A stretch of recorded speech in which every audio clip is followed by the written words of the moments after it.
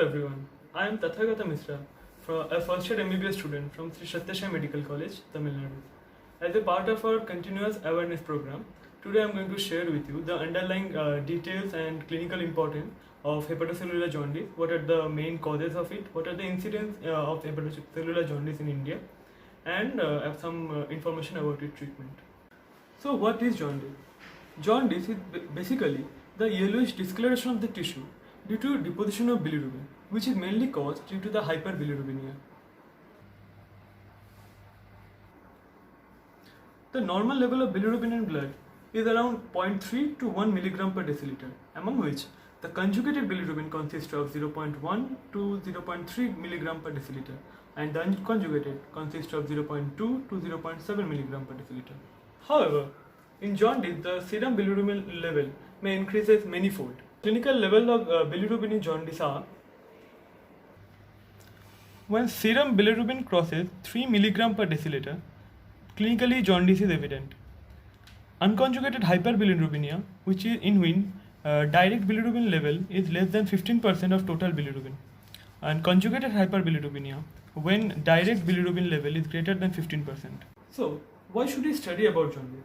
If we see, the annual incidence of jaundice in India is around 2.76 per 1,000 person, and the fatality rate of jaundice is a stunning 5% per annum, which is, if we consider the population of India, around a large amount of population suffer from jaundice every year, and many of them die.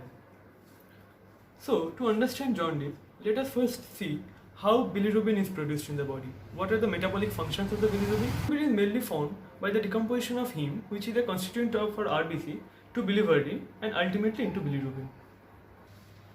So heme, which can be obtained from our myoglobin and cytochrome, they are decomposed by the heme oxygenase to biliverdin, and biliverdin further is reduced by the biliverdin reductase to form bilirubin.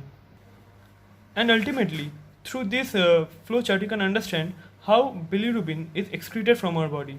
From blood, bilirubin is conjugated by liver, then it is excreted into the small intestine, where ultimately they are excreted by the feces, or they are filtered from the blood directly by the kidney, and thus bilirubin is excreted from our body.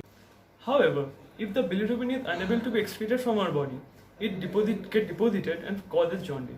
There are mainly three types of jaundice: a prehepatic or hemolytic jaundice, a hepatic jaundice, and a post-hepatic or obstructive jaundice. Now, according to my topic, let us consider hepatic jaundice and study hepatic jaundice in greater detail. Hepatic jaundice is the liver's inability to conjugate or excrete bilirubin. It results in increased level of conjugated and unconjugated bilirubin in blood. So now let's see the causes of hepatic jaundice. Hepatic jaundice can be caused by viral agent, like that of hepatitis virus. Hepatitis virus A, hepatitis virus B, they can all cause hepatocellular jaundice.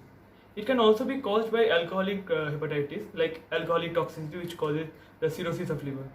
It can also be caused by drug toxicity, and moreover it can also be caused by environmental toxin like kava, wild mushroom, and certain types of Jamaican bush tree.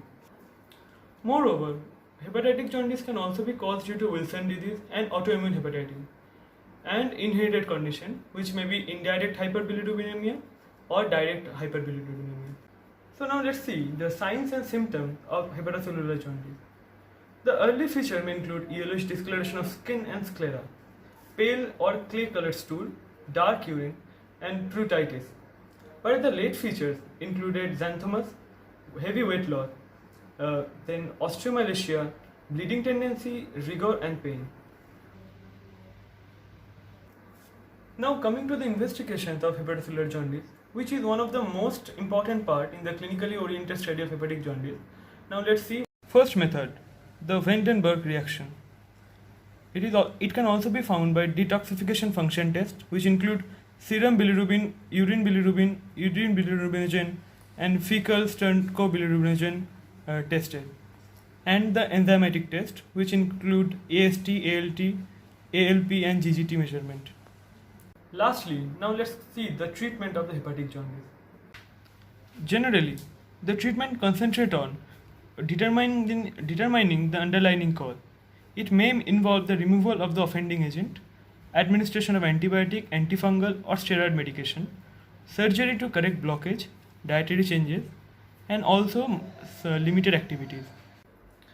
So guys, that was the end of my video. I hope my video was informative to you and you have taken something from my video and will be able to apply it in your academic career or understand the mechanism of hepatocellular jaundice better. And before going, I want to give a little take-home message for you guys. Jaundice is a disease which your friends can diagnose. And guys, don't forget to like, subscribe and share this video.